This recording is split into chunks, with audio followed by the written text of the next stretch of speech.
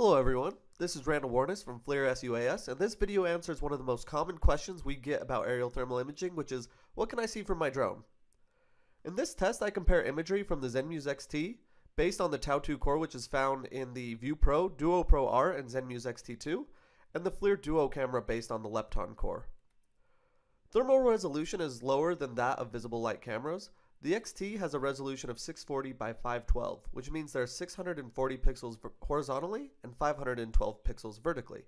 This gives you over 327,000 pixels within the image.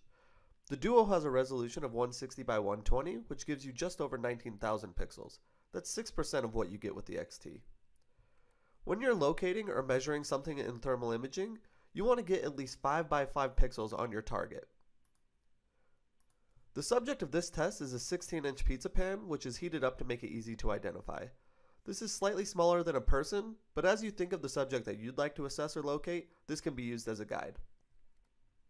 Now before we go into the imagery, here's a table that provides you how much space in inches each pixel represents on the ground from various altitudes.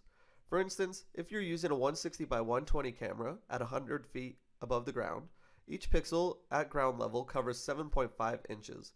Whereas the pixels of a 640 by 512 camera at the same altitude represents 2.3 inches on the ground. When you consider the minimum for reliable detection and measurement, and that requires 5 by 5 pixels on the target, you're able to locate smaller objects with a higher resolution camera and with greater detail. This chart depicts the smallest detectable object in inches from various altitudes. So at 50 feet, you would reliably be able to detect objects that are 18.5 inches in size with a 160 by 120 camera, and as small as 5.5 inches with a 640 by 512 camera.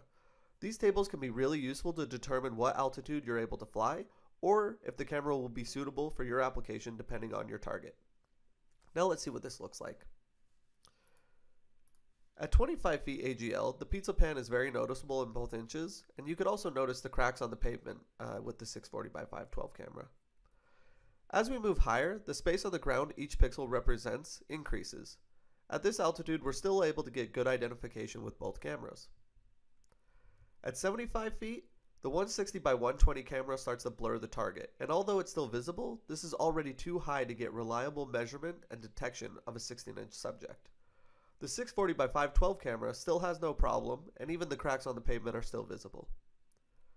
As we move higher, you'll start seeing even more variation between the clarity in the two images.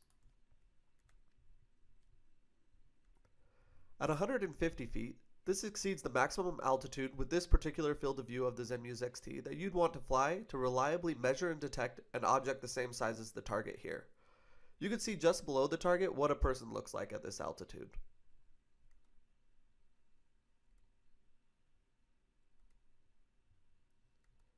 As we move higher, the 160 by 120 imagery is only picking up very large objects, where the 640 by 512 camera still provides significant detail. However, keep in mind that even at this altitude, where the target is visible, it would be very difficult to detect and measure this target at this altitude reliably. You would likely want to fly lower to ensure you don't miss what you're looking for.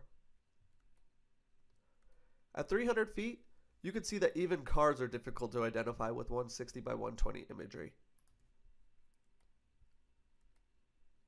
As we move up to the maximum allowable altitude for small UAS operations, you can see how important resolution is to your mission at using thermal imaging cameras.